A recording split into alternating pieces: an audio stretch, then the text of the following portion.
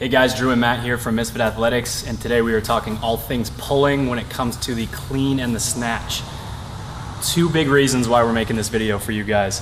The first one is we're about to pull from the floor 4 days a week, maybe sometimes even 5 days a week, and that first pull is so important in terms of setting yourself up to go through the rest of the movement.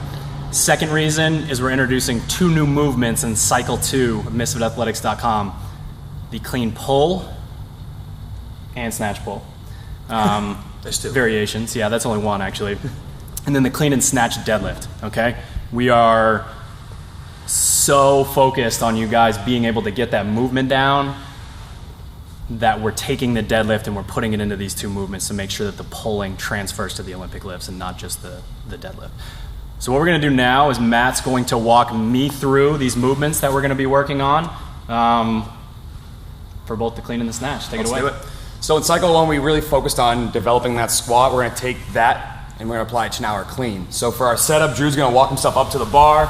In that setup, weights in the middle of his foot. He's gonna push his knees out. You'll notice the same position we saw in our back squats we had in cycle 1. He's now gonna pull himself into tension. In this position, shoulders are over the bar. And now as Drew stands up through this deadlift, he's gonna push through his legs. You'll see his hips and shoulders both rise to that first pull, as opposed to, Drew, can you step back up one more time? Letting the hips shoot straight up into the air. Very different pull. It's much harder to sweep the bar back into the hip at this point. So Drew, going back one more time down to the bottom.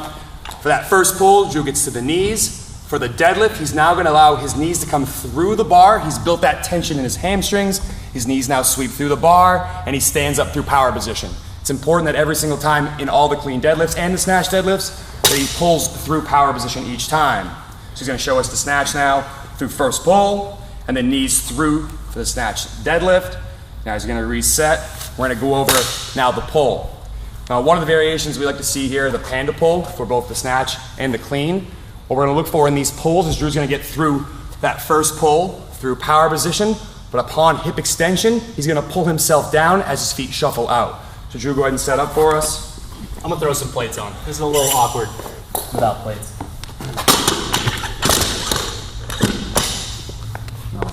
Well, let's go inside. Safety first. Oh, is that cross that? So Drew sets up, gets himself, he pulls himself into tension. For the first pull, the power position, extends the hips, pulls under, his feet shuffle out. Now it's important that we work on making sure we maintain our balance. We drive through the middle of our foot.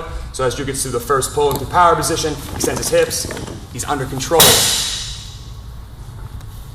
So same thing for the snatch now, Drew sets up. As you'll notice, very similar positions for both the clean and the snatch, the main difference being the grip and the angle of the torso slightly changes just based on hand placement. Another thing to take into consideration, guys, bar needs to travel quite a bit higher in the snatch. So we can drop the weight when it comes to the snatch panda pulls. The clean should be heavy. The clean's gotta be, kind of around that 1 rep max clean area. Then you continue on to the deadlifts, start picking up weight heavier. With the snatch, we keep the weight a little bit lower in the pull, 80-90% range, really make sure we're pulling the bar nice and high. Then when we go to the deadlifts, we approach that 100-110%. Yeah, we have a lot of deadlifts in this cycle other than the clean deadlift and the snatch deadlift, so a chance to pull some heavy ones from the floor, a chance to overload that and make that lift feel lighter when it comes time to max around again. One last thing, I know a lot of people are gonna ask about straps with this. If you struggle with grip, no straps, okay? We gotta make sure that that grip is there. If you have excellent grip strength and you really wanna work on driving through your feet, go ahead and throw some straps on once you get into weight that you couldn't necessarily handle without them. Yeah, you Cody, that's for you. Good luck, guys.